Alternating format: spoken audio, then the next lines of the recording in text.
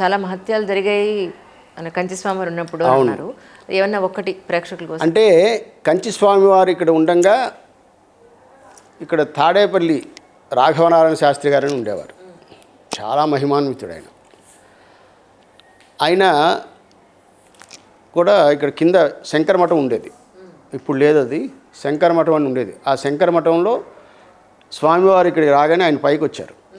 పైకి వచ్చి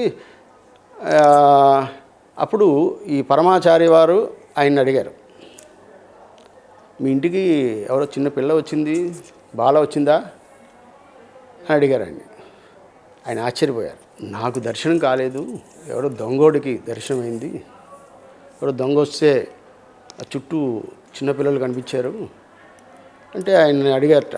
దొంగవాడు వచ్చి, మేము ఇంట్లో దొంగతనానికి వచ్చాను నేను, కానీ ఎక్కడ చూసినా కూడా ఒక చిన్న పాప కనిపిస్తుంది, మీ పాప అండి అని అడిగట. నాకు ఆడపిల్లలే లేరు అని అన్నట్ట ఆయన రాఘవనారాయణ శాస్త్రి గారు. అప్పుడు ఆయనకి, నువ్వు అదృష్టవంతుడు ఆయన, నువ్వు ఏంటి అమ్మవారిని దర్శనం చేసుకున్నావు అని. అప్పుడు వాడు దొంగతనం మంచి ఆయన దగ్గరే ఉన్నట్ట ఆయన, ఆ దొంగవాడు. తన మానేసి ఇంకా అక్కడే ఉండిపోయినట్టు. అసలు అద్భుతమైనటువంటి మహిమలు అది అమ్మవారి ఒకటి విషయం కాదు. ఆయన అమ్మవారి భక్తుడైన తాడేపల్లి రాఘవనారాయణ శాస్త్రి గారు. ఆయన స్వామివారికి చెప్పడానికి వచ్చారు ఆయన. అలాగే ఈ భవానీ దీక్షలు తీసుకున్న చాలామంది వచ్చి అప్పుడు పరమాచార్య వారికి చెప్పేవాడు, అమ్మవారు మేము ఈ పాత మెట్లు ఎక్కువ వస్తుంటే కుంకుమ బొట్లు పెట్టుకుంటూ, ఇక్కడ ఏంటంటే మనకి మెట్ల పూజ ఉంటుంది, చాలా విశిష్టత అది. అంటే వాళ్ళు మోకాల మీద ఎక్కుతారు, మోకాల మీద ఎక్కుతారు. అలాగే ఎంతో కష్టపడి ఒక్కొక్క మెట్టుకి ఒక్కొక్క కొబ్బరికాయ కొడుతూ ఒక్కొక్క కర్పూరం వెలిగిస్తూ నిదానంగా ఆ మెట్లు ఎక్కుతూ పూజ చేసుకుంటూ ఆ అమ్మవారి లలితా సహస్రనామం, లలితా అష్టోత్తరం, దుర్గా అష్టోత్తరం, దుర్గా సప్తశతి అలా చదువుకుంటూ వస్తుంటారు అన్నమాట వాళ్ళు.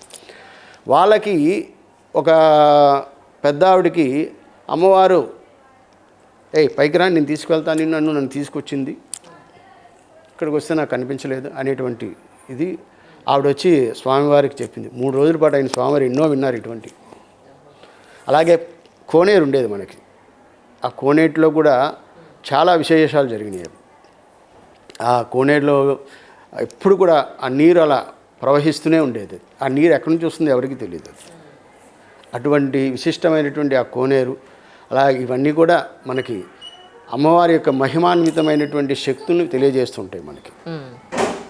ఎందుకంటే ఈ భవానీ దీక్ష అనేది 1980 కార్తీక మాసం, కార్తీక పౌర్ణమి రోజున ప్రారంభం చేశాం ఇది భవానీ దీక్ష. అప్పటి నుంచి ఆ సంవత్సరం ఒక 200 మంది ఈ భవానీ దీక్షను ఆచరించారు.